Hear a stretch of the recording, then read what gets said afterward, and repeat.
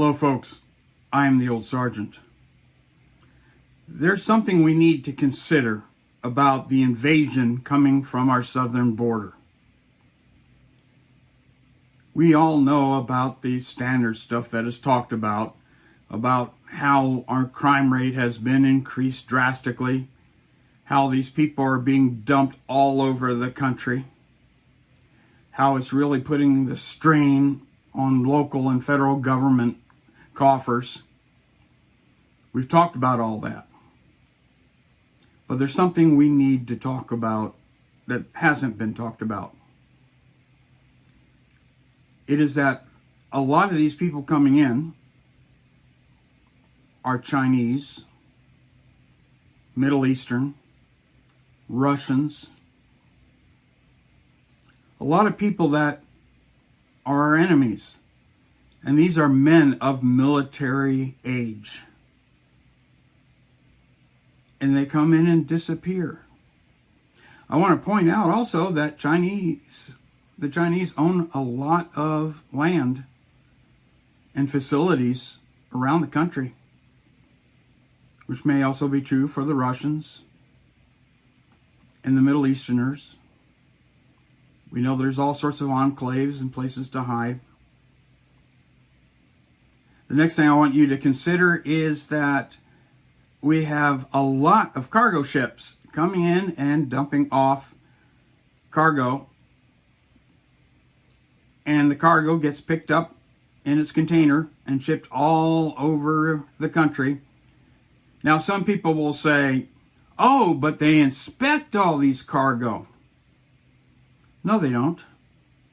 And what are they supposed to do? Open every single box to see what's in it? Now, I want you to imagine that there's a Chinese enclave someplace in the country, or a Russian, or an Iranian, and the cargo is delivered and is full of weapons. Could be just rifles and pistols. Could also contain poisons, where just a couple of molecules could kill a human being. That can be dumped in reservoirs. And we already know that electricity can be taken out out of cities for days if you shoot the right place with just a rifle. Take out transformers, vital pieces of our power grid. So that's happened here and there. Think of that as probing tests. One day, all of a sudden, all around the country, a whole bunch of these can be taken out with rifles. Because the power companies don't want to spend the money to protect the vital equipment from ballistics. And it'd be pretty hard to do anyway, because you have parts out in the middle of nowhere that can take out big portions of the grid with a rifle bullet. So imagine the day when the entire country's power grid gets mostly or all taken down by a bunch of military-aged men from adversary countries shooting out vital equipment. Now, this is really bad in the fact that vital equipment is hard to get. My understanding is some of it's manufactured in like Germany, which has had to shut down a lot of their industry because of the lack of gas in the war. Who provides the components for this?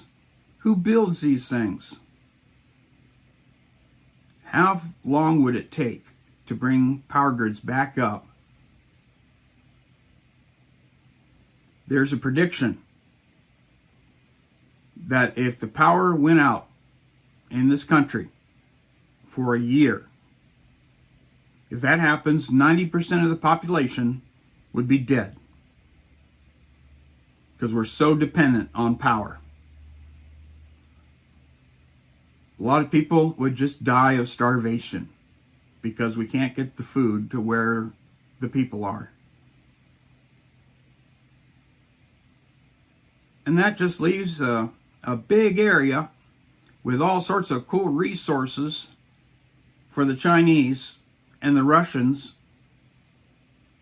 and the Iranians to just walk in and take. They may have a little fight with their survivors, but considering the population of China and, as I mentioned before, poisoning a lot of people. Can you imagine just dumping a bunch of fentanyl into our water supplies?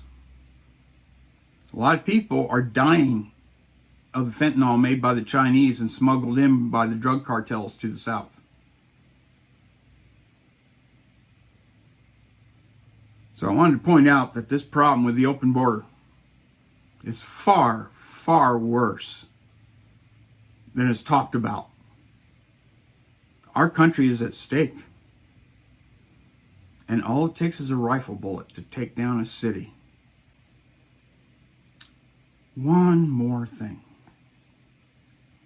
The Iranians are developing, or have developed, missiles that can be launched from cargo containers. Nuclear missiles or just large EMP producing missiles. These things can be launched from cargo containers within the United States. Think of that. We have large EMP on the East Coast, the West Coast, and the center of the nation, and we're down permanently. And they can do that now. We are in a lot of trouble because of this open borders. Just letting anybody come in. This has to stop. We have to just flood our government with shouts and screams. You must stop it. You must find these people and you must deport them before they start attacking us. This is a war. This is fifth generation war. We need to start taking action. Or we're going to see 9/11 as just a warning for something really big coming in the future. And our enemies can see how vulnerable we are right now.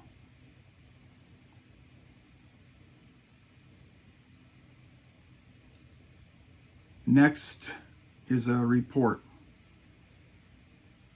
from Congresswoman Stepanik about the particular numbers, the recent numbers we have coming in to this country. Please listen to it and just to see how bad the numbers are. I am the old sergeant. Stay informed, prepared, active, prayerful, thankful, and as always, stay vigilant. And now the Congresswoman's report. Report from Congresswoman Else Stepanik. Biden's border crisis hit a new fiscal year record. President Biden's historic border crisis is only getting worse. In September, there were 227,547 illegal crossings of our southern border, ending fiscal year 2022 with a new U.S. Customs and Border Protection (CBP) record of over 2.37 million illegal crossings. Make no mistake, Joe Biden and House Democrats' open border policies have created an invasion at our southern border. The American people have seen enough. When House Republicans earn the majority, we will secure our southern border and end the reckless policies that have left it wide open. Biden's border crisis by the numbers. This fiscal year alone, there have been over 2.37 million illegal crossings of our southern border and 2.76 million nationwide, both totals are new CBP records. Since Joe Biden took office less than 2 years ago, over 3.8 million illegal immigrants have been apprehended crossing the southern border. In September, there were 227,547 illegal immigrant encounters at our southern border. That is a 12% increase in illegal crossings compared to the last month, and over a 200% increase from September 2020. There have now been 19 straight months of over 150,000 illegal border crossings. 98 individuals on the Terrorist Screening Database, TSDB, were apprehended at the southern border in fiscal year 2022, more than the previous 5 years combined. 20 of these encounters were just in the last month. There have now been over 14,000 pounds of poisonous fentanyl seized this fiscal year alone, a fiscal year record.